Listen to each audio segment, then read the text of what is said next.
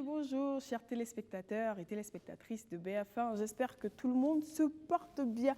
Début de semaine, je suis très heureuse de vous retrouver en espérant que vous ayez passé un agréable week-end et surtout que vous avez eu le temps de faire le plein d'énergie pour affronter cette nouvelle semaine. Nous sommes en février, depuis une semaine, le mois de l'amour, et on a décidé sur une petite série d'émissions de voir le cheminement jusqu'au mariage. Mais en attendant, nous avons le plaisir de recevoir pour vous un artiste danseur de chez nous qui fait notre fierté. On échange avec lui, on comprend un peu plus l'univers de la danse avec lui, sa carrière, ses ambitions, ses motivations et pourquoi pas vous inciter, si vous êtes passionné de danse, à vous lancer également. J'ai le plaisir d'être aujourd'hui en compagnie de Ladji Koné à qui je souhaite la bienvenue. Bonjour. Bonjour. Comment ça va? Oui, ça va. Et merci pour l'invitation. C'est un plaisir. Alors, vous êtes danseur, chorégraphe, et tout commence déjà très jeune, tout seul. À quel moment on sait qu'on a envie de faire de la danse un métier? Alors, merci pour la question. Oui. Je dirais que j'ai toujours dansé comme ça au quotidien, en suivant un peu les modes, les coupés décalés, les logobis. Mais maintenant, c'est coupé décalé, mais il y avait plusieurs modes qu'on traversait comme ça. Et qu'on voyait à la télé, on avait vraiment envie de danser avec les groupes d'amis. D'accord. Et c'est comme ça que j'ai continué dedans. Donc, tu as dansé sur du hip-hop, le breakdance comme on le dit, Aussi, beaucoup. coupé décalé, Non, pas coupé décalé. Le logobie à l'époque. C'est ça. Quoi d'autre? Il y avait le groupe Acrymogène Choc. Oui, Acrymogène. Moulengue Oui. de Soul. Oui. Ça, j'ai bien dansé ça. D'accord. Ok. Donc, on se situe à peu près autour des années 2000, 2005 par là. Oui, c'est ça, 2004, 2005. 2004, 2005 par là, ok. Mais là, on est dans le quartier, on danse, on a un groupe d'amis, on danse, on participe peut-être à des compétitions dans le quartier ou à des semaines culturelles organisées pour les jeunes. Mais on peut dire que ça, c'est un passe-temps pour la plupart des jeunes. Mais pour toi, ça n'est pas juste un passe-temps. Alors, pour moi, ça a commencé comme ça, où je ne me posais pas la question si c'était un passe-temps ou je ne savais pas faire la différence. D'accord. J'étais juste impliqué dans un mouvement de ma génération. Je trouvais ça tellement sportif et amusant et on avait beaucoup de joie de le faire. Et quelque part, dans cela, j'ai rencontré que c'était ma passion et puis voilà. D'accord. Je dirais pour les jeunes de maintenant, c'est normal de penser que c'est une passion. C'est une passion ou passe-temps, mais tant qu'on le fait, on ne se pose pas ces questions. Tant que tu es dedans, tu danses, tu vis, tu ne te poses pas de questions. C'est ça. D'accord. Mais à un moment donné, quand même, ça commence à devenir, au-delà d'une passion, ça commence à devenir un métier. À quel moment ça commence à devenir un métier pour toi, danseur? Alors, ça va être un peu drôle parce que pour moi, au moment où ça devenait un métier, c'est quand les parents se confrontaient un peu. Ah! Là, j'ai commencé à me poser les vraies questions. Ok. Est-ce que c'est sérieux ce que je fais ou est-ce que je devrais continuer à ne pas me poser des questions, juste danser? Donc ça commençait à devenir comme un défi que je voulais relever pour prouver aussi aux parents que ça pouvait devenir mon métier. Oui. Et à partir de ce moment, oui, j'ai cherché plutôt des formations professionnelles.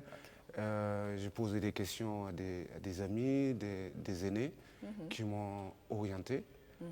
Et là, les parents commençaient à être convaincus parce qu'il y avait quelque chose de sérieux. Ok. Donc, ça veut dire qu'à un moment donné, les parents ont dit « Ah, concentre-toi peut-être sur tes études parce que tu te distrais beaucoup dans la danse. » Pour moi, dès le début, les études, j'ai arrêté en 4e. D'accord. Tout simplement parce qu'on était dans tout ce mouvement de hip-hop, de rap, tout ça. D'ailleurs, je connais très bien Fouche. On est dans le même quartier, on assiste. Et on était dans un mouvement de rap, de musique. Et puis, il y avait la danse et tout ça qui allait avec. Et avec les parents, c'est quelque chose de très absurde. Il y a pas de, ils ne savent pas où ça va. C'est de l'amusement, ce n'est pas quelque chose qui fait vivre un homme. C'est ça. Et je dirais que c'était peut-être à nous de... Prouver. Oui, soit de prouver ou selon notre engagement, notre détermination, on pouvait arriver à les faire comprendre un peu nos envies. D'accord. Ouais. Donc à la recherche de formation professionnelle, tu intègres l'école de danse de Irène Tassambedo. C'est ça. En quelle année? En 2000, alors si je ne me trompe pas, 2002. 12. 12. Exact. D'accord. Et ça, c'était une formation qui a ouvert tout le reste. Donc, de danseur, freelance, autodidacte en école de danse, quelle est la différence fondamentale? Alors, tout se complète, je dirais. OK.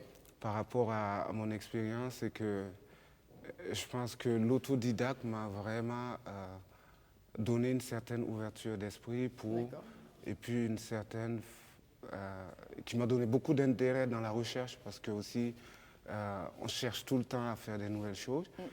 Et puis en rencontrant des nouvelles formations, ben, il y a plusieurs danses qui sont disponibles. Déjà, oui.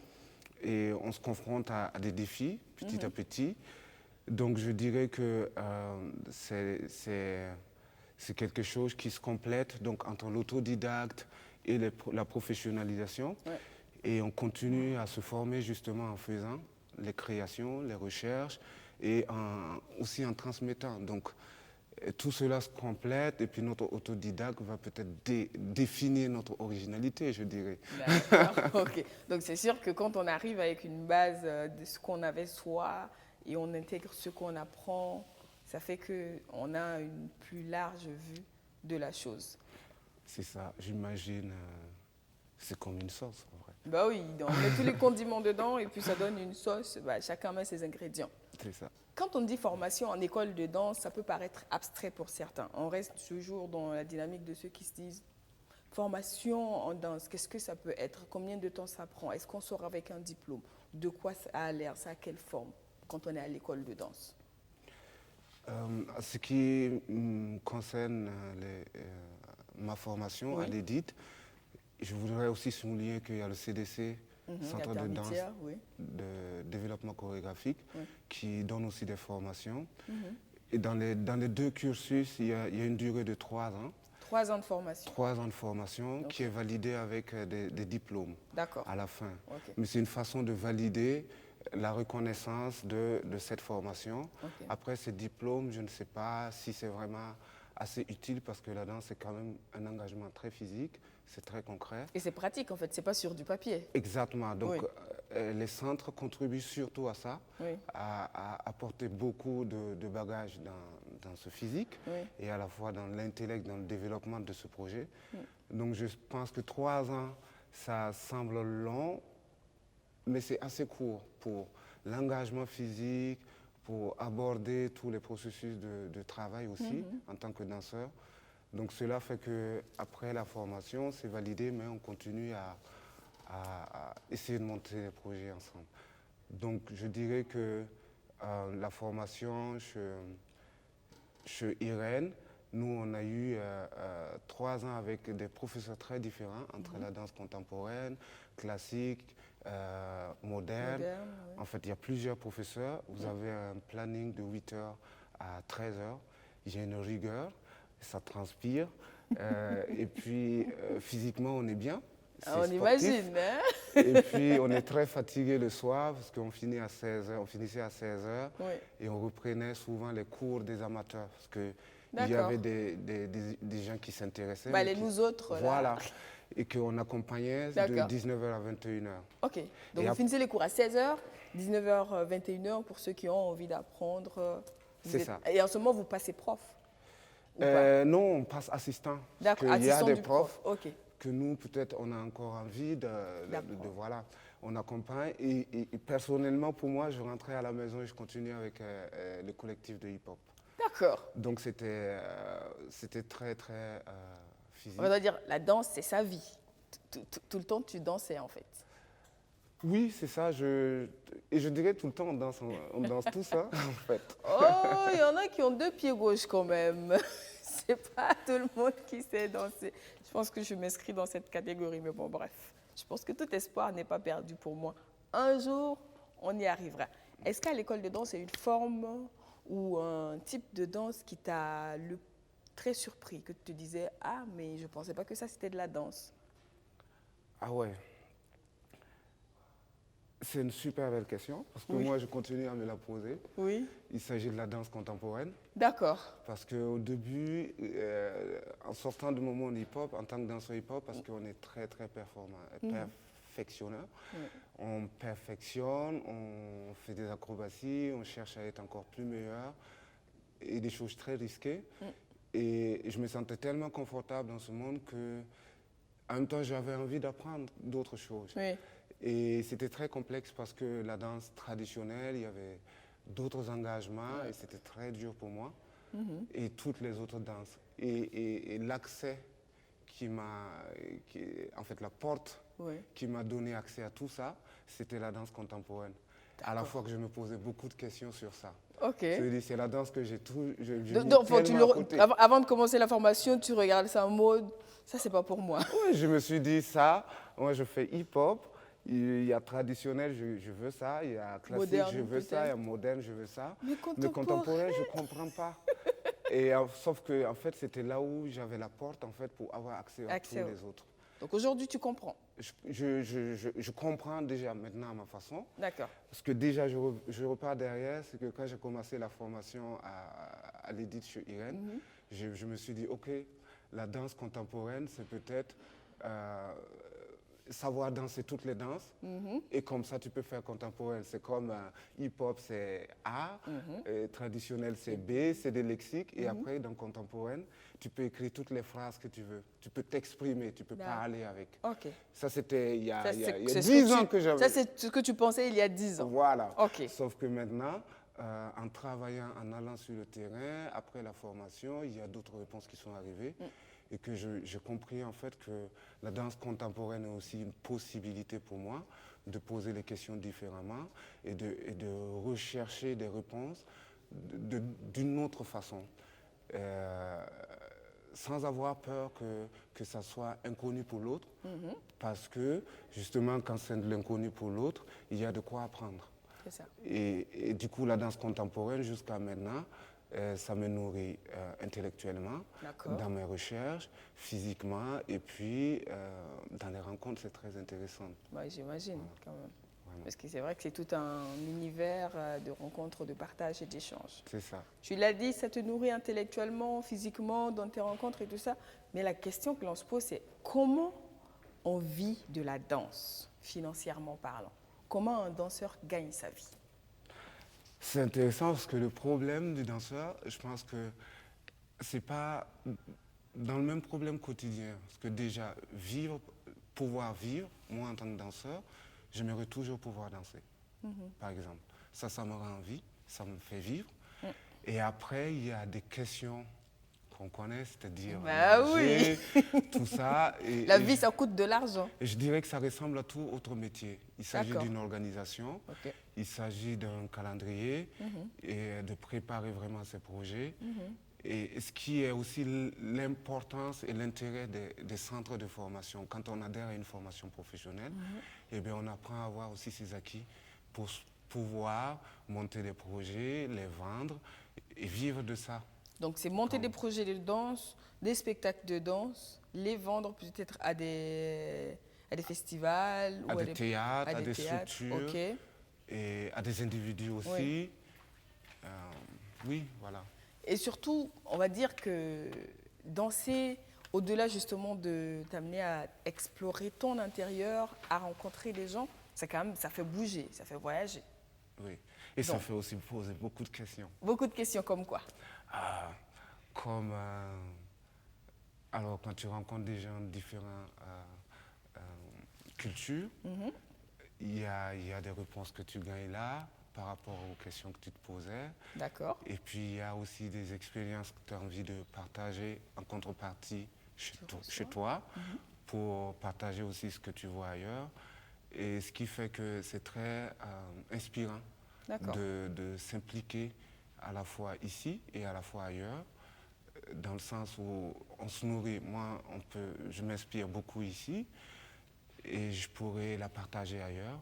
Sauf qu'en allant la partager ailleurs, je prends aussi des choses que je viens ici et je suis aussi dans un collectif où la création continue. Où on a envie de le partager ensemble. Donc ce collectif, c'est Jump. Ouais. Donc, je suis à la fois engagé ici et impliqué ailleurs. Donc, ce qui fait qu'il y a un dynamisme qui met en valeur les rencontres. Qu'est-ce que tu mets dans ailleurs? Donc, ailleurs, ce que moi je mets ailleurs, c'est en gros toutes les valeurs. Non, il ne faut pas nous répondre comme si tu faisais de la danse contemporaine. Non, mais j'essaie. Réponds-nous en français facile. Je cherche ailleurs, parce que je ne sais pas en vrai qu'est-ce que je donne ailleurs. C'est plutôt... Tu fais quand même voyager la manière de danser d'ici. Quand pas tu dis forcément. que tu te nourris beaucoup quand même de chez toi pour faire sortir.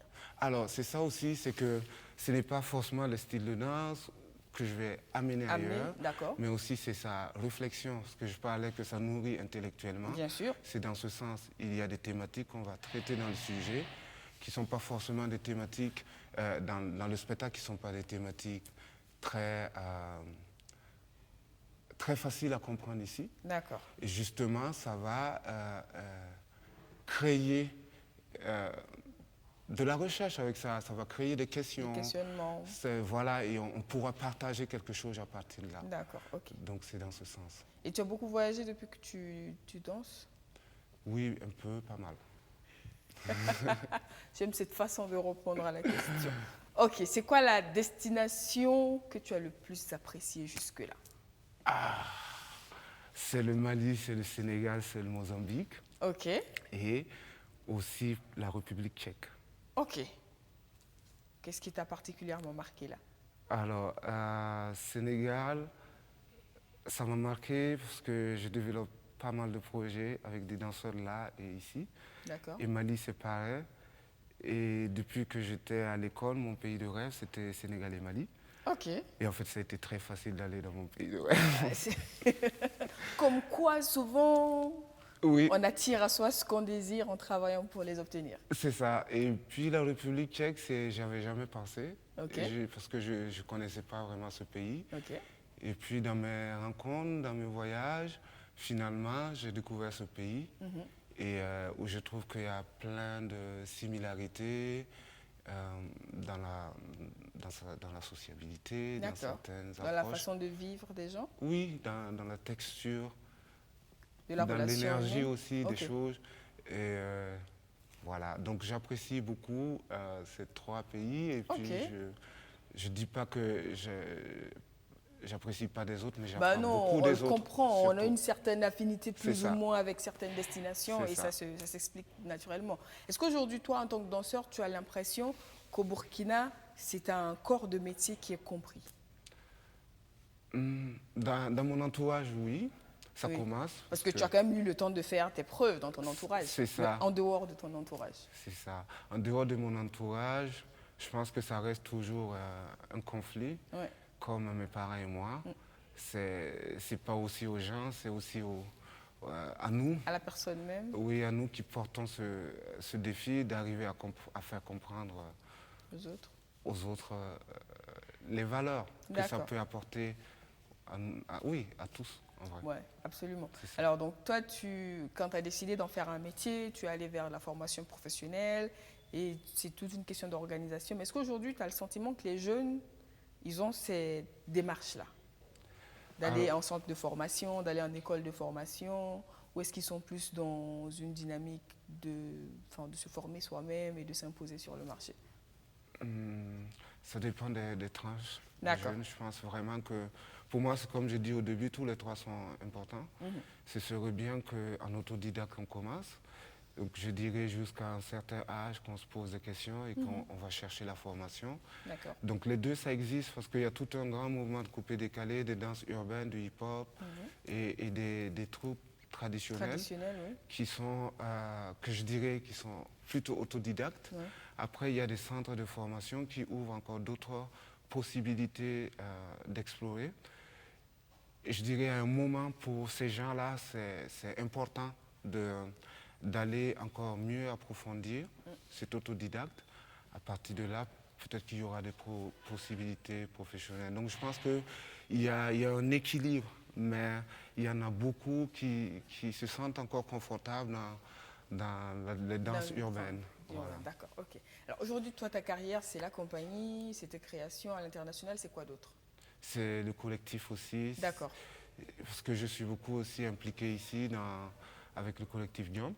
Le collectif Jump, ok. Et Jump, c'est acronyme de Jeunesse Unie pour un mouvement positif. D'accord. Nous l'avons créé avec des amis du quartier, avec qui on faisait du rap et tout ça. Après, on s'est dispersé. Donc l'idée était de nous regrouper avec nos compétences, nos différentes compétences, et d'intervenir au sein de la communauté pour apporter le peu qu'on peut. Donc jusque maintenant, on a réussi à mettre un bureau en place, un Wi-Fi communautaire. On a mis des lampadaires dans notre quartier. On traite un projet pour aménager un espace où il y a assez de moustiques. C'est un projet assez communautaire et dans ce projet, personnellement, j'apprends beaucoup et tout ça, ça nourrit justement mes créations. Ah, c'est bien. Comme quoi, l'inspiration voilà. vient de tous les côtés, tous les aspects de la vie. En tout cas, c'est super intéressant d'échanger avec toi. Aujourd'hui, parce qu'on s'approche de la fin de notre entretien, aujourd'hui, si tu as à t'adresser à des jeunes danseurs ou même à des jeunes passionnés de danse, mais qui ne pratiquent pas cette danse-là, justement, parce qu'en face, ils ont le sentiment d'être incompris. Qu'est-ce que tu leur dirais? Moi, je leur dirais de ne pas d'écouter juste ce qu'ils ont envie de faire et de comprendre qu'ils ne sont pas seuls. Il y a les autres avec eux et qu'ils doivent essayer de comprendre aussi les autres. Donc cela demande une certaine rigueur dans ce qu'ils font. Et la rigueur, c'est aussi l'organisation, c'est l'engagement, c'est la détermination. Parce que si nous, on prend en valeur ce qu'on aime, eh bien, on pourra donner ça, on donnera la valeur à ce que les autres regardent de cela. Absolument. Donc j'aimerais bien encourager toute la génération à continuer à mettre en valeur ce qu'on aime vraiment. D'accord. En tout cas, c'est un joli message. Je retiens organisation, rigueur. C'est très important. Parce que c'est une question de performance. Et c'est vrai que quand tu sors d'un spectacle de danse, moi, je suis toujours impressionnée par l'énergie qui est dégagée sur scène. Je me dis, waouh, franchement, c'est du gros travail. Et souvent, c'est des représentations qui se répètent sur des semaines, voire des mois, avec toujours autant d'énergie. C'est quand la prochaine fois qu'on peut te voir sur scène? Alors, on peut me voir quand tout est arrêté. Malheureusement, c'est vrai, malheureusement, compte tenu de la situation que tout le monde vit. Corona a tout arrêté. Oui, c'est ça. Et ce qui est intéressant, c'est qu'en ce moment, avec la compagnie, on réfléchit pour transmettre. On va créer des activités de cours de danse et au CDC, et à l'EDIT, et à l'espace communautaire. D'accord. Avec un nombre de personnes, avec un nombre bien défini de personnes qu'on travaille très souvent dans la compagnie, et on va ouvrir des cours. Et là, on pourra me voir danser et on pense que dans un mois, on va lancer tout ça. Donc, vivement qu'on ait l'information quand ça sera lancé. En tout cas, c'était un plaisir. Merci beaucoup. Je te souhaite bon vent. Merci. Très bonne suite de carrière et vivement qu'on se retrouve sur scène, que toute cette situation se règle et que les tournées puissent reprendre. Yes. Les tournées, et puis on s'impliquera encore plus. Et merci à vous. Merci très bien pour l'invitation. De rien, c'était un plaisir. Alors, on vous garde avec nous, juste le temps de faire cette petite transition en musique et on revient pour la suite, car on parlera de demande en mariage. De retour sur le plateau du Loft pour la suite de votre émission. On vous l'a dit aujourd'hui, sera question, on parle naturellement, on est en février, de l'amour. Et en général, la manifestation de l'amour aux yeux du reste de la société, c'est le mariage. Et la déclaration officielle de l'intention d'aller vers le mariage se manifeste par les fiançailles qui démarrent avec la demande officielle en mariage. Aujourd'hui, justement, on va parler de cette demande-là et on se rend compte que ça prend une forme différente en fonction de la société ou de la communauté à laquelle on appartient. Et grâce à la modernité, de plus en plus, on assiste à des formes de demande super romantiques. Votre avis sur la question, on en parle aujourd'hui. Mais avant, permettez-moi d'installer sur ce plateau mes invités. Et on va commencer avec Monsieur et Madame Ouedraogo qui avait ému le monde du basketball et le monde en général à travers cette demande magnifique dont on avait été témoin, soit en direct, soit sur les réseaux sociaux. Aujourd'hui, c'est un heureux couple et des heureux parents qu'on a le plaisir d'avoir sur ce plateau. Monsieur Ouedraogo, comment vous allez? Je vais très bien. Madame Ouedraogo, vous allez bien? Ça va bien. D'accord. Je ne vais pas vous dire vous, parce qu'en plus, on se connaît. On se connaît et le vous sort difficilement. C'est ça. Donc, on va aller sur du tu. D'accord. Ça va bien? Ça marche. Le contentieux est fini, hein? Oui, c'est fini. D'accord. La guerre est finie. C'est fini. Voilà. Je profite du direct pour demander pardon. Comme ça, c'est clair, je suis pardonnée devant tout le monde. Nous sommes très heureux de vous avoir sur ce plateau. Est-ce que M. Ouedraogo s'attendait à être 2 ans, c'est 2 ans plus tard, hein? 3 ans. 3 ans plus tard, être appelé sur un plateau pour encore parler de cette demande-là? Non, pas du tout. Mais vous nous avez marqué et on en parle encore aujourd'hui. En tout cas, merci beaucoup de nous avoir offert cela. On va dans quelques instants rappeler à tous ceux qui ne l'ont pas vu comment ça s'est passé. Mais avant, quand on parle de demande en mariage, aujourd'hui on parle de l'organisation, comment ça s'organise, comment ça se met en place, qui fait quoi, comment on surprend madame, ou qui sait, peut-être un jour en tout cas, ailleurs ça se fait, comment on surprend monsieur avec la demande. On a une experte de l'organisation ici sur ce plateau. Flora, comment ça va? Un micro pour notre très chère Flora. Woba. Ça va bien? Et les organisations de demande? On est là-dessus. J'imagine qu'en février, comme c'est pas de tout repos pour toi. Oui, surtout le 14. Ah oui? Oh oui. D'accord. Ok. J'imagine, il y en a tout de suite qui se disent, enfin, toutes celles qui tombent dans leur répertoire se disent, est-ce que je fais partie de celles qui vont là tout de suite? Parce que tu as vendu une mèche, donc il y a celles qui vont commencer à espérer, et j'espère que ça fout la pression à certains hommes qui se disent, elle a vu ça, il faut que je me surpasse. Exactement. Et quand on parle demande en mariage, quand on parle fiançailles, on parle de la bague de fiançailles. Et naturellement, l'expert de la bague est sur ce plateau aujourd'hui. Oui, vous le connaissez avec une autre casquette, mais aujourd'hui, on a décidé de le sortir de ce rôle-là parce que quand même, il accompagne le bonheur de beaucoup de couples et on ne pouvait faire l'impasse sur sa présence sur ce plateau aujourd'hui. Fouch Alpha est des nôtres. Comment ça va? Bonjour Stéphanie, ça va bien? Alors aujourd'hui, tu es bijoutier. Oui, couche de bijoutier. D'accord. Fouch, celui-là qui aide les uns et les autres à matérialiser leur amour. Oui, Autant lors des fiançailles que pour le mariage.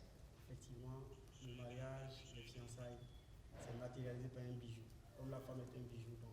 Alors, on va changer de micro avec M. Ouedraogo pour que tu nous redises cette belle phrase-là. Je dis comme la femme est un bijou, la femme est un trésor précieux. Oui, On absolument. matérialise ces événements-là avec des bijoux.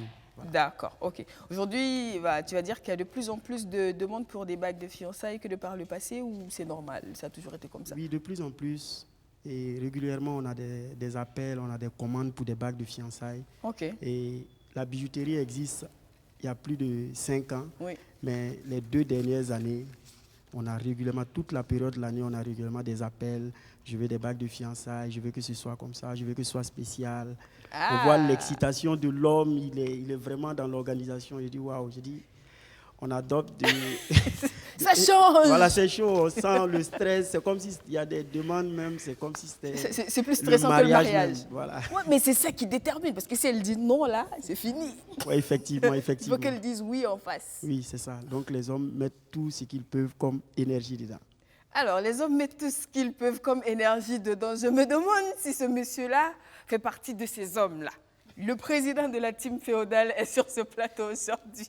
Monsieur Gingani Zakaria, bonjour. Bonjour Stéphanie. Comment ça va? Oui, je vais bien. Et vous? Ça va bien. Ok. Alors, aujourd'hui, on parle demande en mariage. Oui. Vous êtes déjà, je vois qu'il y a une bague au doigt. Comment ça s'est passé pour vous? Cette bague, ce n'est pas une bague de fiançailles, Naturellement. ni de mariage. Justement, de Voilà. par vos mariages, il faut passer à vos fiançailles. Est-ce qu'il y a eu une demande?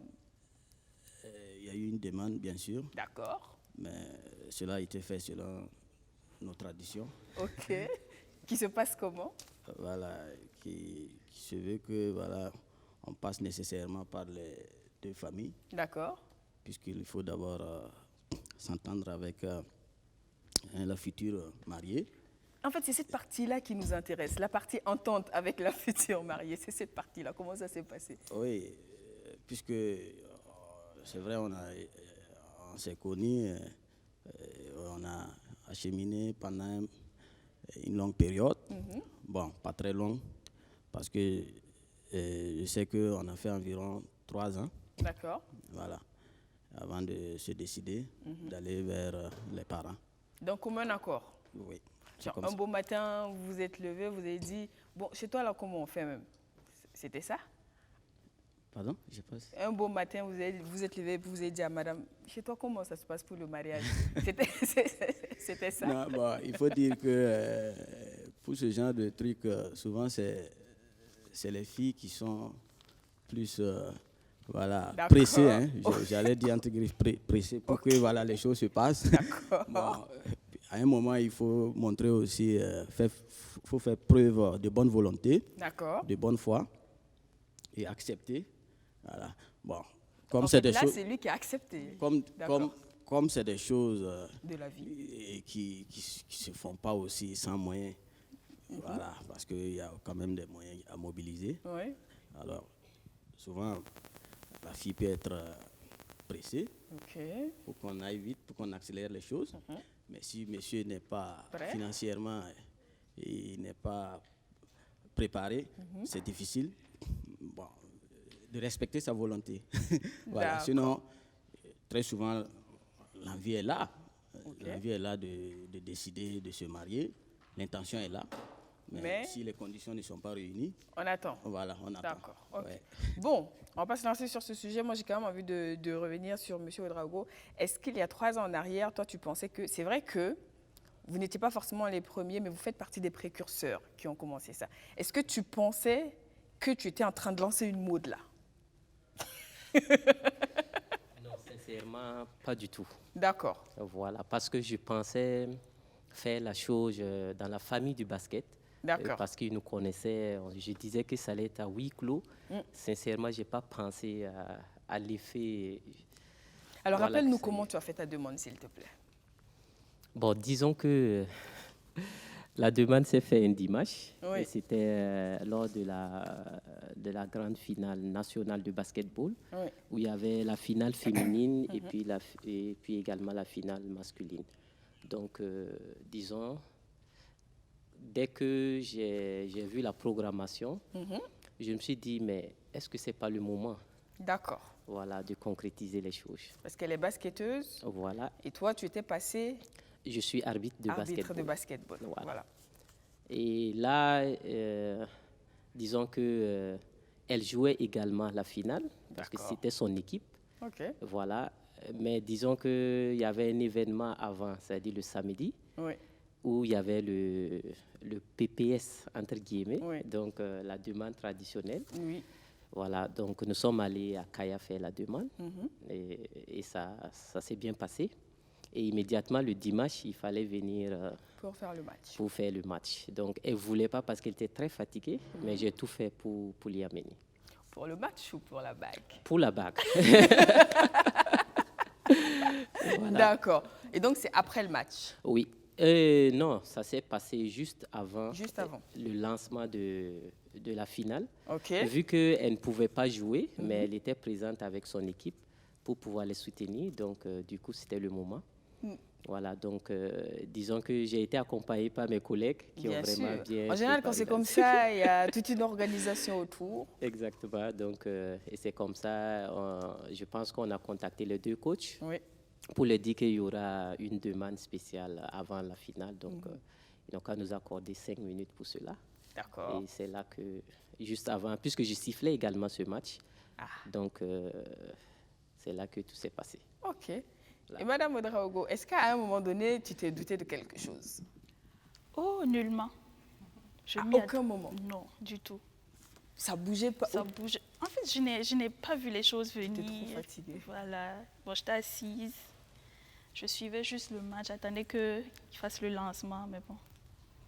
En même temps, c'est une autre arbitre qui est venue me souffler à l'oreille. On a besoin de toi sur le terrain. J'ai dit, d'accord, pourquoi? Je ne joue pas. Bon, jusque-là, je ne voyais pas les choses venir. Hein. OK. Bon, elle m'a amenée sur le terrain et voilà. Monsieur Ouedraogo qui prend le micro. OK. J'étais pas aux anges, mais j'étais au au 100e ciel. Waouh. Voilà. Wow. Bon, franchement, moi, j'allais tomber. Ah oui? Ah oui. J'ai dit moi. Et dans tout ce public-là, waouh. Et naturellement, notre très cher smartphone était là. Très rapidement, c'est arrivé sur les réseaux sociaux. Et tout le monde a vu ça. Et tout le monde en parlait. Et nous aussi, on a trouvé une photo. Est-ce que la régie peut nous montrer encore une fois? Voilà comment ça s'est passé. Et effectivement, on sent qu'elle s'attrape elle-même pour ne pas tomber. Et ça fait 3 ans que vous êtes heureux ensemble. C'est ça. Merci beaucoup de nous avoir offert ça. Et surtout à M. Ouedraogo d'avoir montré aux hommes que c'est possible. Monsieur Guingane, que vous inspire cette histoire? Je voudrais dire que... Vous n'êtes pas obligé de parler au nom de la team Féodale. Parlez selon votre cœur. Oui, bon, je pense qu'il y a du sensationnel, il y a de l'émotion, voilà, pour ce genre d'acte. C'est vrai que ça permet quand même aux deux de se situer véritablement et de décider d'aller vers le mariage. Parce que là, c'est une promesse. Oui. Quand on voit ce genre de demande en mariage, c'est pour annoncer l'intention, absolument, voilà, de se marier. Tout le monde le saura. Voilà. Bon, je ne suis pas contre ce genre d'acte. On espère bien. Oui, je ne suis pas contre ce genre d'acte parce que tout est une question d'organisation. Mais je suis quand même mitigé en dehors du côté sensationnel, en dehors du côté émotionnel. Bon, je ne vois pas trop... Bon, vous n'êtes pas obligé de parler au nom de la team Féodale, je répète. Sentez-vous libre d'être monsieur Guingane. Non, je ne parle pas au nom de la team. En fait. Je parle voilà, selon mes convictions. Absolument. Voilà. Personnel. Donc, je ne vois pas trop en dehors de cela. L'émotion, et puis la sensation, voilà. Parce qu'on a vu aussi des situations où la fille n'était pas préparée. Oui. Et le monsieur a raclé une honte. Mais c'est un risque à prendre, cher monsieur. Voilà, donc il y a un taux de risque et de honte. Mais la vie, c'est un risque. Ah oui, bon, on sait ça, mais bon, je ne sais pas pour ce genre de truc, il le faut vraiment, je ne sais pas trop. En tout cas, on a posé la question également. Parce que quelque chose où vous avez, par exemple, l'opportunité ou l'occasion de vous entendre en privé, bon, avant d'aller vers les parents, parce que de toutes les façons, après ça, il faut aller vers les parents. Absolument. Voilà. Donc, voilà un peu quoi. Bon, on a posé la question à nos téléspectateurs sur leur appréciation de cette manière d'exprimer la volonté d'aller au mariage. On regarde leur réponse et on revient. Bon, la demande en mariage de nos jours, on entretient plus avec l'ego et on pose beaucoup de questions.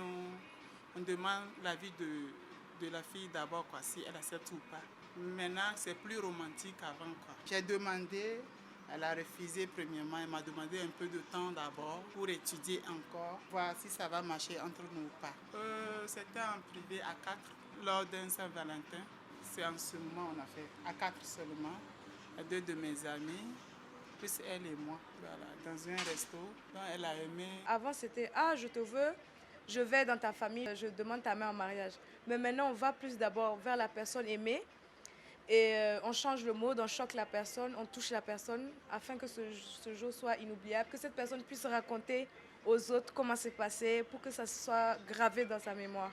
On m'a déjà fait une demande. Ça m'a beaucoup touchée. J'ai eu les larmes aux yeux. Ça m'a émue. C'était le plus beau jour après ma naissance. C'était le plus beau jour de ma vie. Avant, nos grands-parents ne savaient pas se mettre en genoux pour demander en mariage à nos mamans. Aujourd'hui, on a tendance à chaque fois aller dans un restaurant ou dans un lieu public, se mettre en genoux pour demander la main. Ça ne vient pas de chez nous. Ça, c'est une culture propre à un autre pays. Bon, c'est un point de vue, mais quand même, ça vient, exactement. De la manière, il y a beaucoup de choses quand même qui sont de plus en plus importées, que l'on aime bien. Elle l'a dit, c'était beau pour elle, d'un point de vue émotionnel. Je sens M. Guingané qui veut parler, mais c'est Flora qui va s'exprimer là tout de suite. Les gens disent, on a tendance à aller dans des restaurants, à le faire. Toi qui es dans l'organisation de ce type d'événement, quelle est la formule la plus commune?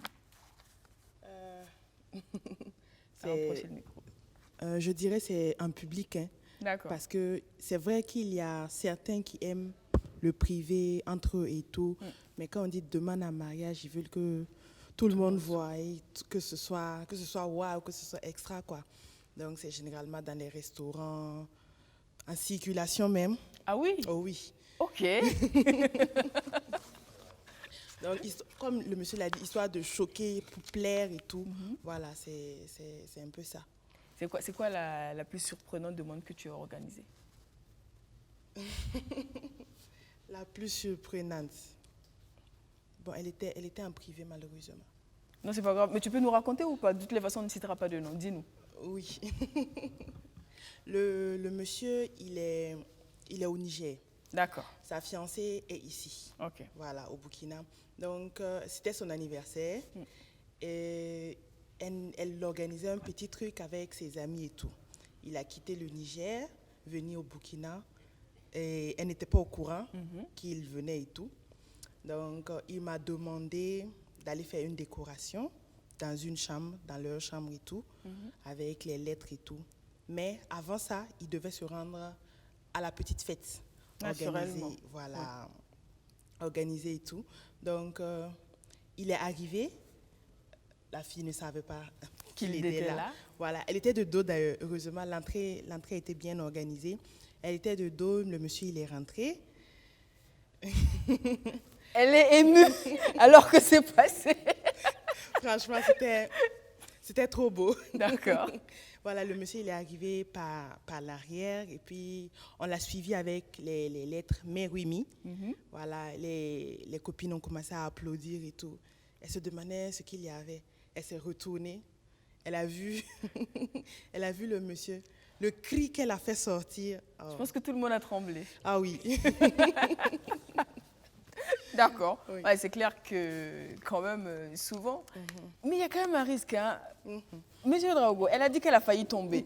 Est-ce que vous vous rendez compte de ce que vous avez failli créer? Imaginez un instant si elle s'était évanouie avant le match. Est-ce que vous avez pensé à cet aspect de la chose? Non, sincèrement, je n'ai pas pensé. Voilà, mais je pense qu'on allait gérer tout ça. D'accord. Voilà. Bah, naturellement, il y a tout ce qu'il y a derrière. Mais, Madame Draogo, par rapport aux amis, à la famille, après, comment ça s'est passé? C'était des appels, des messages, des vues. Tu as été forte. Bon, ça pleuvait seulement. Est-ce qu'il y a eu des messages du genre « Oh, je t'envie, j'aimerais bien voir la même chose » Oui. Beaucoup. Et derrière, est-ce que tu en as organisé des demandes pour certaines de celles qui ont envié? Non. Messieurs, qu'est-ce que vous attendez? On va passer le micro à M. Guingané, parce que je sens qu'il a envie de réagir par rapport à tout cela. Donc, il va nous dire... je sais que j'ai vu sur le visage qu'il y a quelque chose qui voulait sortir. Exprimez-vous. Ok. Bon, je voudrais dire que la différence entre la demande en mariage à l'occidental et la demande en mariage à l'africaine, c'est que d'abord, on n'a pas la même conception du mariage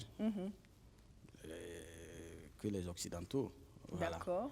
Parce que chez nous, le mariage, ça se prépare toujours avec les deux familles. Avec les deux familles, d'accord. Voilà. Ce qui permet bien sûr de solidifier les liens. Absolument. Voilà. Et qui évite aussi de laisser de marge pour la fantaisie et autres. D'accord. Voilà. Parce que ce qu'on remarque est que il y a aussi des garçons de mauvaise foi. Ok. Voilà. Comme ils savent que les filles sont accros au sensationnel, bon, ça fait partie de leur technique pour les mettre en confiance. Ok. Voilà.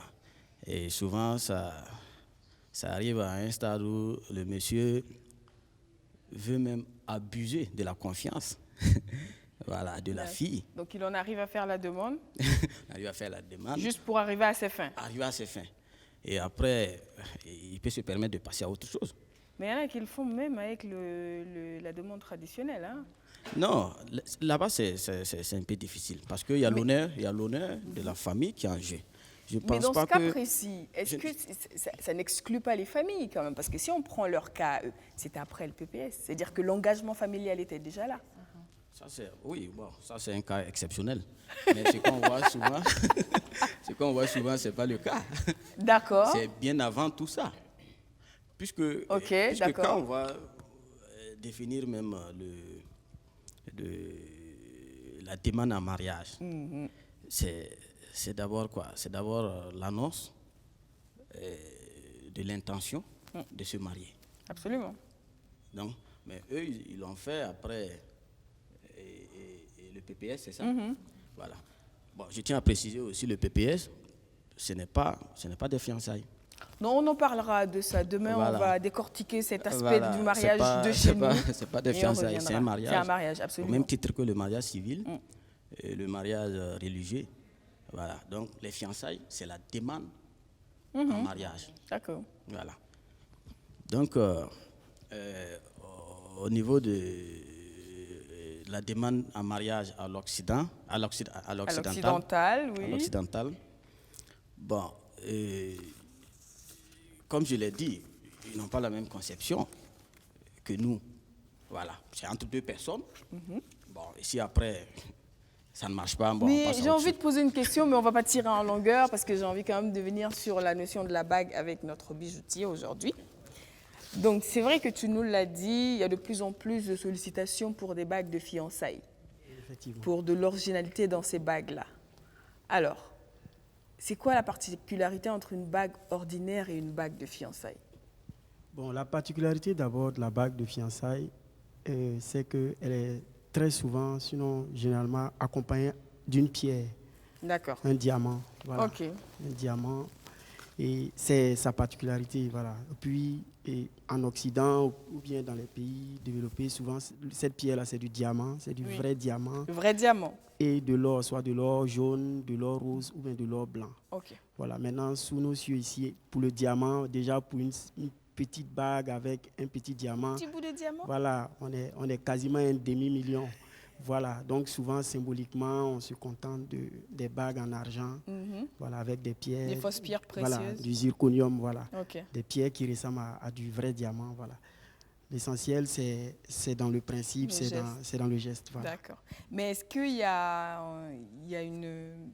on tient compte de la signification de la couleur de la pierre souvent en choisissant? Parce que je pense qu'en fonction du type de pierre précieuse, qui souvent se reconnaissent à leur couleur, il y a un message derrière. Oui, il y a un message derrière. Selon le monsieur, il connaît la personnalité de la femme. La couleur de la pierre, par exemple, la pierre rouge, et le rubis, c'est la passion, c'est le bonheur.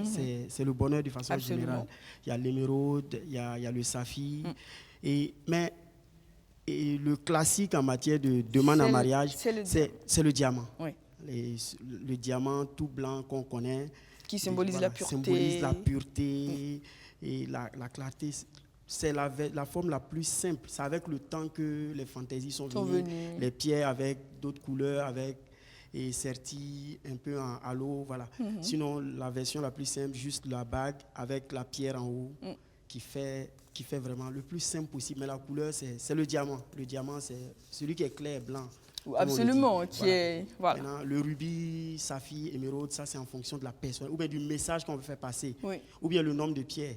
Par exemple, il y a le solitaire. Le solitaire, c'est le grand classique. Oui, classique, oui. Voilà, il y a le toi et moi, les deux pierres, deux pierres collées. Oui. Il y a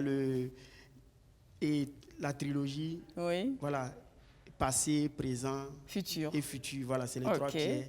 Voilà, mais souvent, les pierres ne sont pas de même taille. Celui du présent est un peu plus gros avec les autres un peu plus petits. D'accord. Mais il y a des pierres, on décide de faire tout. C'est-à-dire, la signification, c'est discuter avec le bijoutier, vraiment, il va connaître la personnalité, et discuter avec l'organisatrice également, qui a ces informations-là, qui dit, bon, elle est comment, quelle est sa couleur préférée par rapport à plein de paramètres. on trouve la bague qu'il faut, parce que chaque femme a sa bague. On ne vient pas, on dit, bon, ça là, ça me plaît, je veux ça. Voilà. D'accord. Florette est d'accord avec ce détail-là. Apparemment, est-ce que tu fais du conseil dans le choix de la bague souvent? Oui, on fait également le conseil pour le choix de la bague. Oui. Parce que je sais qu'il y a beaucoup qui ne s'y connaissent pas vraiment, qui appellent, bon, s'il vous plaît, comment est-ce qu'on peut organiser? Voilà, donc je ne sais pas trop, ça se passe avant le PPS, c'est comment. Donc voilà, on conseille du début jusqu'à la fin. D'accord, voilà. Donc en général, ça se passe comment? Avant ou après le PPS? C'est normalement avant le PPS. D'accord, oui. Donc en ce moment, on est en train d'aller dans une dynamique de préparer le mariage. Exactement. On va actuellement déclarer notre intention. Voilà. Ensuite, on ira voir les familles. Exactement. D'accord. Mais c'est toujours mieux de ne pas tarder. On fait la demande. Et ensuite, ça s'enchaîne. Exactement. En fait, quand on fait la demande, c'est qu'on est prêt à passer à la prochaine étape. Pourquoi vous avez choisi de faire l'inverse?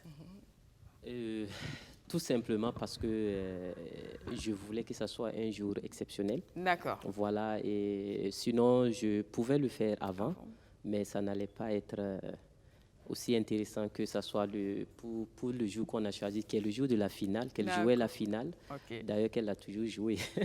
Voilà, donc voilà. C'est une championne. Voilà. Donc, il fallait manifester cela à travers la demande le jour, sur le terrain, avec la famille du basket, témoin de votre amour. Monsieur Guingani, quand on parle justement, vu la manière dont on parle de cette organisation, du fait déjà qu'il faut impliquer des amis, des parents pour s'assurer que la surprise soit parfaite, qu'il faut peut-être impliquer une organisatrice pour s'assurer qu'on fait le bon choix de l'emplacement, qu'on agence tout bien, intégrer le bijoutier, souvent aller jusqu'à une pierre précieuse qui coûte, il faut le dire quand même, quelque chose. Est-ce qu'on peut faire tout ça juste pour délirer? Il y a quand même des gens qui sont impliqués, hein. Il y a de la famille souvent proche. Moi, je connais une demande de mariage qui a été faite avec l'implication des parents de la mariée, enfin de la fiancée. Donc, quand on en arrive là, c'est vrai qu'il n'y a pas encore eu la démarche traditionnelle, mais on ne va tout de même pas dire que... Non, je ne dirais pas que c'est du délire, non, je ne dirais pas ça. Mais je me pose aussi la question de savoir à quelle logique ça répond. D'accord. Pourquoi? Voilà. Oui, parce que c'est pas... Comme je l'ai dit, je ne suis pas contre. Non, on a compris. On a compris. Vous n'êtes pas contre, mais c'est la logique. Pourquoi vous ne trouvez pas... Oui, puisque, comme je l'ai déjà dit, en dehors du sensationnel. Il n'y a pas de raison de faire ça. En dehors de l'émotion. OK. Que ça dégage. Je ne sais pas, en dehors de ça. Mais la relation, elle est en même temps basée sur une bonne dose d'émotionnel quand même. Donc pourquoi ne pas faire ça? Si en plus on sait que ça va faire plaisir à l'autre en face. Bon, puisque la finalité c'est quoi? Moi c'est la finalité, je regarde. Oui. Bon, la finalité c'est le mariage. Oui. Mais le mariage a besoin d'un point de départ. Oui. Parce qu'on peut être en couple, en copinage comme on le dit, pendant 3, 4, 5, 6 ans. Mais pour clairement dire à l'autre en face, vous l'avez dit, en général c'est la femme qui est pressée, mais elle est dans l'incertitude. Parce que c'est quand même l'homme qui décide encore aujourd'hui d'aller au mariage ou pas. Oui. Donc pourquoi ne pas très clairement la rassurer en faisant une demande? Bon, pour nous en tout cas, la meilleure manière de rassurer... Il y a qui dans nous? Ok. Chez moi... Chez moi en tout cas, la meilleure manière de rassurer la fille... La meilleure manière de demander un mariage à une fille, c'est d'aller donner les colas à ses parents. Ok. Mais il faut quand même son oui. Bien sûr. Oui, bien sûr. C'est le plus intéressant en fait. Parce que là, vous vous entendez. Non, parce qu'une fois qu'on arrive à la cola, ce n'est plus vous deux.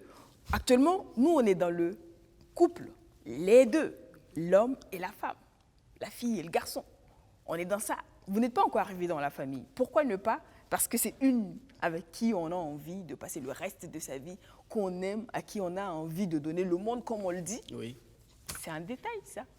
Oui, bon, c'est comme je l'ai dit, moi, chez moi, en tout cas, la meilleure manière, c'est d'aller donner les colas. Donc, on saute cette étape-là.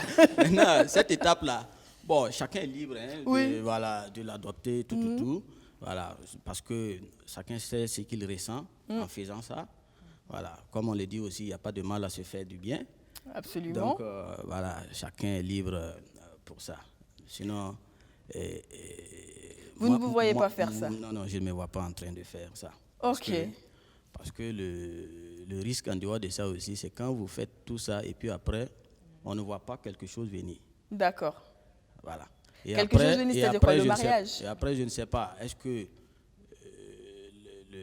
la fille, elle va accepter ce genre de choses encore pour la prochaine fois, ou encore le monsieur acceptera encore? Pour quelle prochaine fois?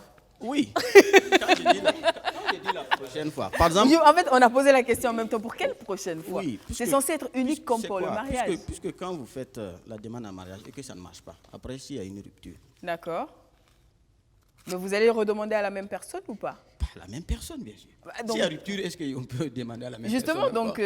donc, quand je parle de la prochaine fois, c'est-à-dire, est-ce que si la fille trouve une autre personne, est-ce qu'elle sera prête encore à accepter la même chose? Je peux vous poser une question? Ou encore si le monsieur trouve une autre personne, est-ce qu'il sera prêt? Parce que la première fois où les gens ont déjà vu, et après, si on ne voit rien venir en termes d'organisation de mariage. Oui. Je suis d'accord. Mais on en avait parlé, on a dit en général, quand on le fait, c'est de la même manière que la cola. C'est parce qu'on est dans la dynamique d'aller jusqu'au bout. C'est pas la même manière que la cola. Mais j'ai quand même une question, parce que... Il n'y a pas d'amalgame. Je peux poser ma question? Oui. La rupture, elle survient aussi dans le mariage. Oui. Mais ça n'empêche pas un remariage. Oui, ça n'empêche pas. Et si on en croit, en fait, parce qu'ailleurs, les fiançailles, souvent, ça se fait à l'église. La déclaration d'intention se fait souvent à l'église, dans les pays fortement catholiques. Où, oui, ça ne s'inscrit pas dans la célébration comme la messe, parce que ça n'a pas le même niveau de sacralité. Donc, ça ne se fera pas pendant la célébration, mais à la limite, à la fin de la célébration, déclarer cette intention de se marier. Et naturellement, vu que ce n'est pas arrivé à ce niveau de sacralité, logiquement, on a le droit de rompre les fiançailles, mais pas le mariage. Mais il n'empêche que, dans le mariage, ça arrive. Oui, c'est que... Donc, pourquoi considérer que c'est moins important? C'est quand même un engagement. Je vois ce que vous dites, mais vous savez, c'est difficile d'embarquer, par exemple, deux familles pour aller faire du folklore et puis après passer à autre chose. D'accord. Ça va être difficile. Okay. C'est vrai que ça arrive, mais ouais, il y en a qui arrivent à le faire. Ouais. Voilà, sans scrupule, ils arrivent à le faire. Bon, quitte à ce que la famille les tourne le dos, c'est pas le problème. Mais moi, j'entends en fait, à l'entendre parler, que pour vous, cette demande en mariage là, c'est vraiment plus pour du m'as-tu vu que pour une relation sérieuse. Bien sûr. Mais si on est dans la... Mais pourquoi vous pensez que c'est pour du m'as-tu vu? Oui, puisque vous voyez déjà comment les choses se passent. Parce que vous voyez l'organisation, comment ça se passe, non? Je pense que le problème, c'est l'organisation. C'est qui a gagné. Monsieur et Madame Ouedraogo, aujourd'hui, ils sont mariés, ils sont parents. Ça s'est bien terminé.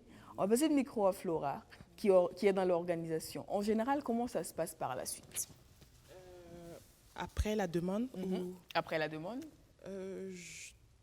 tous les couples, jusqu'à présent, à part les derniers, à qui j'ai organisé les demandes, ils sont mariés. Donc, Monsieur Gengane, les couples pour qui elle a organisé les demandes sont mariés. Sont mariés. C'est-à-dire que c'est une démarche d'engagement, en fait, au même titre que d'aller donner leur cola. Mais pour vous, il y a quand même l'option. Après c'est acte. Je n'ai pas dit qu'après ce genre d'acte, il ne peut pas avoir de mariage. Je n'ai jamais dit ça. Mais on a vu aussi des cas où il n'y a plus de suite.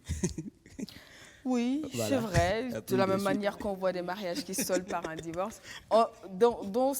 Dans ce processus de demande-là, on a parlé de la bague, d'abord l'intention, parce que ça vient des deux. Il faut le couple, il faut l'intention, il faut qu'il y ait en face le sentiment qu'elle a envie de passer au mariage. Parce qu'on n'impose pas une demande à une qui n'est pas dans la relation non plus. Parce que si tu es dedans et qu'elle n'est pas dedans, tu le vois. C'est pas évident. C'est pas évident. Madame Ouedraogo, parce que ça se voit, non, quand même. Si elle n'est pas là, ça se voit qu'elle n'est pas dedans. Ça se voit. Vous n'êtes pas dans le cœur de chaque personne. Absolument, c'est qui vrai. manifeste, par exemple, ce genre de choses. Voilà. Parce que même au niveau de la famille, souvent il y a des gens qui réunissent, mais en réalité, c'est pour autre chose. D'accord. Voilà. Il y a des personnes de mauvaise foi, ça arrive. Ok. Voilà. Des personnes de mauvaise foi, certainement le gars il a un intérêt particulier, voilà, qu'il vise. Voilà. Donc je peux dire que c'est pas évident que voilà, celui qui manifeste ce genre de demande-là soit vraiment en fait, le sérieux, plus gros problème pour vous, c'est que vu que c'est du m'as-tu vu, pour vous, c'est pas sérieux. Ça, c'est le premier point. Et le deuxième point, c'est le risque d'avoir un non aux yeux du monde entier. Voilà. Moi, je vois plutôt le non. Sinon, il y a du sérieux. Je ne peux pas dire qu'il n'y a pas du sérieux. Il y a du sérieux parfois. Voilà, il y a du sérieux. Mais, bon, souvent, l'effet de surprise vient souvent gâcher les choses. D'accord. Gâcher comment? Oui, parce que, comme je l'ai dit en début de l'émission, j'ai dit qu'il peut arriver que la fille ne soit pas préparée. Et ce n'est pas l'effet de surprise qui va motiver la fille à accepter la demande de mariage si son esprit n'est pas préparé. D'accord, ok. Voilà. Je pense qu'on est d'accord sur ça. Parce qu'il y en a qui sont ensemble, mais sans savoir réellement qu'ils sont là pour le décor. Okay. Et très souvent, il y a des occasions spéciales qui permettent en tout cas de savoir que j'étais là pour le décor, ou encore une telle était là pour le décor. Par exemple, les Saint-Valentin, le 24 décembre, le 31 décembre. Quand le téléphone ne passe plus, on était une roue de secours. Donc, si ce genre de situation n'arrive pas... Donc, l'idéal, c'est d'attendre après ça. Si ce genre de situation n'arrive pas, tu ne peux pas savoir réellement si tu es là pour le décor ou tu es là pour vraiment du sérieux. D'accord, ok. On a compris, hein, il a peur du risque, M. Guengane. Alors, Fouche, pour toi, au bout de combien de temps, en général, la demande pour l'alliance du mariage arrive? Pour un couple, environ 2 à 3 ans. 3 ans. Je pense que 2 ans, c'est le minimum. 2 ans, c'est le minimum. Voilà, pour bien se connaître. D'accord. Et ça permet à l'homme également de...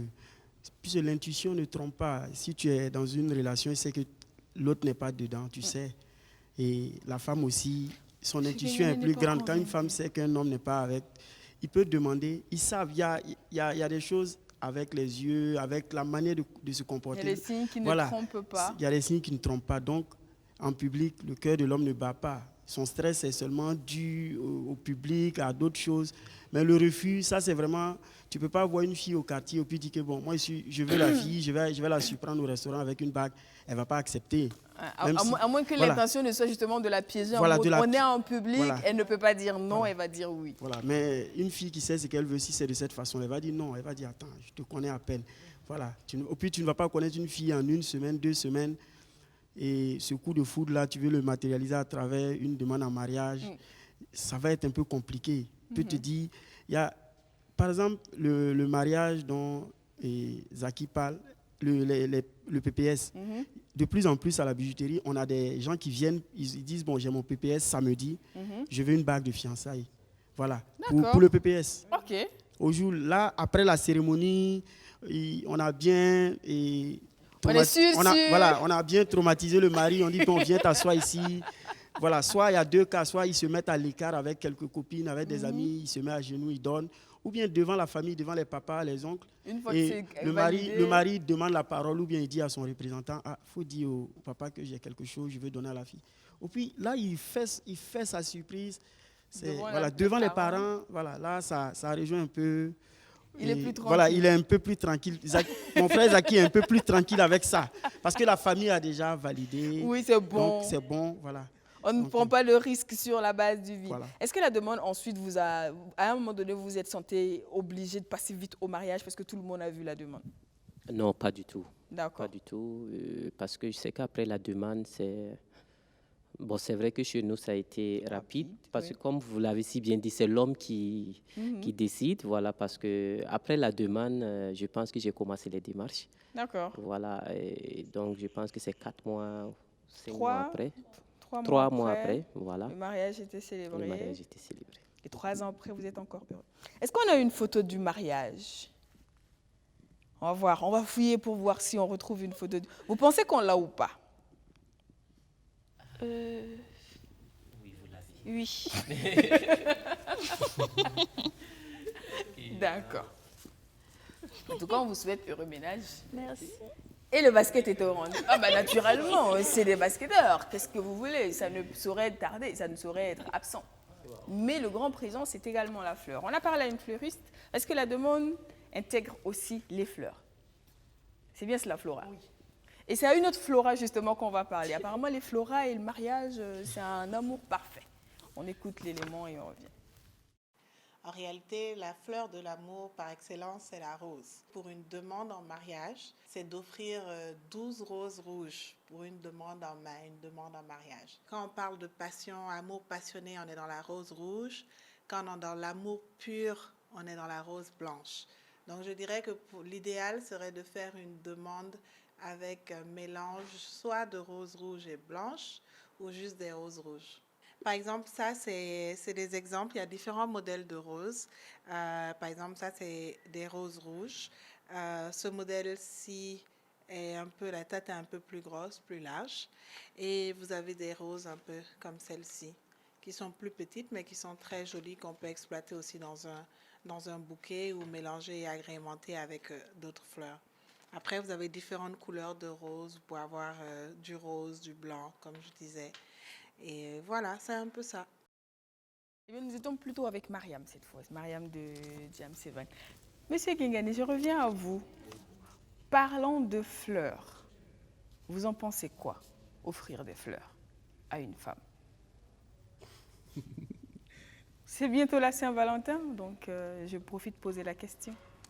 Je ne sais pas si... Vous sentez-vous libre de répondre?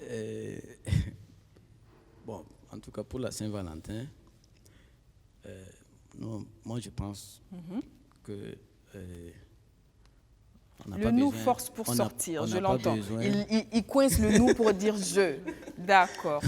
Donc nous on pense, allez-y. On n'a pas besoin forcément d'un jour spécial pour célébrer l'amour. On est d'accord avec cela. Voilà. Donc pour ça, on peut le faire tous les jours. On est entièrement d'accord avec cela. Et moi, franchement, la Saint-Valentin, ça ne me dit rien. D'accord. Ouais, ça me dit rien. Est-ce que vous célébrez le Nouvel An? Bon, pas tellement comme ça. Pas tellement comme ça, parce que... Oui ou non? Je n'admets pas de demi-réponse sur cette question. Oui ou non? Est-ce que pour vous, le 31, c'est une date particulière? Décembre. Bon, selon le calendrier grégorien. D'accord, ok. Sinon, je ne pense pas que ça reflète vraiment la vraie date pour ce qui concerne la civilisation africaine. D'accord. Donc, selon le calendrier grégorien dont on parle, est-ce que vous célébrez le 31 ou pas? Non. Vous ne faites absolument rien? En fait, des années un peu plus tôt, bon, je le faisais. Je le fêtais, tout, mais... Et du coup, la Saint-Valentin des années plus tôt, vous faisiez quelque chose ou pas? Oui, à l'école, bien sûr. Quand on était à l'école, voilà, il y a un certain nombre de choses qu'on n'avait pas compris, tout. Voilà. Le regard qu'on avait sur la vie à l'école, et le regard qu'on a sur la vie actuellement, ce n'est plus la même chose. D'accord. Voilà. Donc, à l'école, bien sûr, je célébrais la Saint-Valentin. Ok, mais depuis qu'on a quitté l'école, non. Non. Et c'est depuis qu'on a quitté l'école également qu'on a arrêté de célébrer la Saint-Sylvestre? Bon, parce qu'on est, souvent, en fait, les deux dates, c'est selon le même calendrier grégorien. Ce n'est pas un autre calendrier qui donne la Saint-Valentin et la Saint-Sylvestre. C'est le même calendrier. Oui, justement. C'est ce même calendrier, par exemple, qui vous dit un jour férié, moi, vous ne travaillez pas. Personnellement, je ne le fais pas. D'accord. Mais si en famille, on m'invite, je peux y aller. D'accord. Je peux y aller. Mais célébrer, moi, personnellement, prendre l'initiative pour célébrer la Saint-Valentin. La Saint-Sylvestre? Non, je l'ai. Non, je suis sur la Saint-Sylvestre. Et la Saint-Sylvestre, non? Non, du tout. Non, pas du tout. Mais pour la Saint-Valentin, si l'intention vient de madame, qu'est-ce qui va se passer? Ça peut se faire, mais ça ne va pas... Peut-être que ça ne va pas plaire à madame. Non, si c'est madame qui l'organise pour vous, comment vous allez le vivre? Mais je vais respecter sa volonté. Non, je ne parle pas de sa volonté, je parle de votre ressenti. Comment vous allez le vivre? Vous imaginez le soir de la Saint-Valentin. Aujourd'hui, cette année, c'est un dimanche en plus. Vous rentrez chez vous, le soir, je ne sais pas, peut-être que vous avez passé l'après-midi avec des amis, vous arrivez, vous vous rendez compte que madame a mis en place un décor spécial, elle a préparé un repas spécial et elle vous a préparé un cadeau pour la Saint-Valentin. Qu'est-ce que vous allez ressentir? Je vais ressentir, je sais que j'aurai en tout cas des sentiments de joie, mais pas pour le décor en fait. D'accord. Moi, c'est le geste. Absolument. C'est le geste qui se manifeste par le décor. C'est le geste qui va me captiver. Ok. Voilà. C'est tout. D'accord, c'est tout. On est d'accord avec cela. Comment se passe la Saint-Valentin chez vous, monsieur et madame Ouedraogo? On en parle. Je pense que c'est comme chaque année. Voilà, ça se manifeste par des petites actions. D'accord. Voilà, comme des petits cadeaux. Voilà, par rapport je peux dire par rapport aux besoins, si je peux dire, parce que souvent, ce sont des petits trucs. Oui. On sait que madame, il y a quelque chose qui plaît à madame. Bon, on guette bien sûr, par exemple, le 14 pour lui offrir. Oui. Voilà, c'est des choses. Par exemple, ne pas travailler toute la journée pour madame. Est-ce que si c'était un jour ouvrable, est-ce que c'est une option possible? Ne pas travailler. Genre, ça tombe un lundi matin, je dis au travail, je prends ma journée. Je ne travaille pas, je m'occupe de ma femme. Oui, moi je pense que si le travail me permet, parce que ça dépend du job. Voilà, il y a des jobs où tu peux demander un congé spécial. Une journée, ça ne fait rien. Mais il y a certains jobs, tu ne peux pas. Je pense que madame comprendra, je pense qu'elle va organiser en fonction de l'emploi du temps. Okay. Voilà. Pas mal. Enfin, je l'ai vu dire oui à côté et tout ça. Si jamais il oublie la Saint-Valentin, qu'est-ce qui va se passer?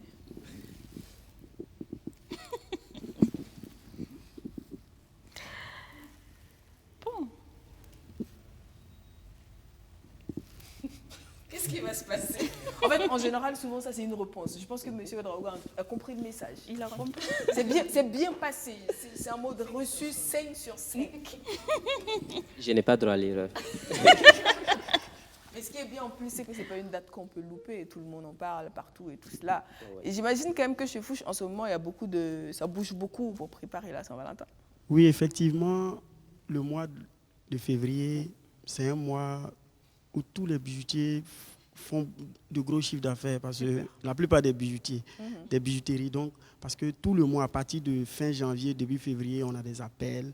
Et ça, là, ce modèle avec cœur, là, c'est combien? Si je dois faire avec le nom, c'est combien? Bon, les femmes, mais très souvent, à 90%, c'est des hommes qui appellent pour commander des bijoux. Okay. Quelques femmes veulent des montres, qui veulent des bracelets. Mais en fait, j'ai un petit message aussi pour les femmes. Souvent, les femmes... En fait, j'ai vu ça venir quand il a dit qu'en général, 90%, c'est les hommes qui demandent... J'ai remarqué que les hommes, par exemple, quand un homme te demande... Vous êtes fatigué des chemises. Voilà, les chemises, Non, regarde mon message. Quand tu dis un homme... Quand tu dis à un homme, par exemple, il dit c'est 300 000, par exemple, un bijou en or ou bien 400 000, l'homme dit ok, il n'y a pas de souci. Mais la femme, dès que tu dis 50 000, elle dit oh, que c'est bon. Au fait, c'est ça que je n'ai jamais compris, au fait. Mesdames, entendez le message. Voilà, donc, les hommes se sacrifient, puis quand ils appellent, C'est différent. La femme, peut-être, s'est appropriée la Saint-Valentin. C'est à lui de me faire recevoir. Voilà, c'est moi, je reçois. Alors que on dit des amoureux, la fête des amoureux. C'est réciproque. Donc, le message est passé aussi. C'est bien passé. Non, mais de toutes les façons, tu l'avais déjà, ce message-là. Tu l'avais intégré. Bien sûr. Naturellement. Donc, vous êtes fatigué des chemises, on a compris. Les chemises. Et tu as demandé tout à l'heure, qu'est-ce qu'on voit à travers, quelle est la symbolique des fleurs. Oui. C'est à savoir si celle qui est en face veut des fleurs. Oui, il y a des filles même qui te disent, s'il te plaît, pas de fleurs, pitié. Alors qu'il y a des... Mais je pense pas qu'une fille ait jamais refusé un bijou. Jamais. Elles adorent, voilà. Donc, c'est pour les fleurs, c'est vraiment... Elles te disent souvent, non, je ne veux pas... Elles disent que je vais faire quoi de ça. Ou bien le lendemain, elles laissent faner. Non, si on est fatigué de ça. Voilà. Fatigué des fleurs. Voilà. Donc, la question, elle a répondu à ta question. Les femmes ne veulent pas de fleurs. Bah oui, mais bon. Non, mais elles veulent. Non, sincèrement, il y a des femmes qui connaissent la symbolique des fleurs également. Elles entretiennent la fleur jusqu'à ce que, naturellement, elles meurent. Donc, d'accord. Okay. En tout cas, il nous reste juste 1 minute pour faire le dernier tour de table. Aujourd'hui, on a quand même voulu se consacrer à la demande en mariage. C'est vrai, M. Guingani l'a dit, ça peut être une demande occidentale qui s'importe de plus en plus. Mais on a une manière de vivre qui s'inspire beaucoup aujourd'hui, il faut le dire. Donc, à quelque part, ça commence à venir. Et ça serait intéressant que ça ait du sens quand c'est fait, parce que ça reste quand même un engagement dans la dynamique d'aller vers le mariage. Et c'est important de le dire. Une demande, ce n'est pas un geste que l'on pose de façon anodine et on continue sa vie. Non, quand on arrive à faire la demande, je pense qu'il est entièrement d'accord avec moi, c'est qu'on est prêt à s'engager, à engager les deux familles de part et d'autre. On l'a invité ici, c'est vrai qu'on a un peu rigolé, mais ça ne veut pas dire qu'il est contre cela. On va avoir son dernier message. Au nom de la team Féoda, cette fois-ci, le nous peut sortir librement, tranquillement, parce qu'on l'a trop opprimé, ce nous-là. Parle au nom de nous, s'il te plaît. Ok. Je dirais que chez nous,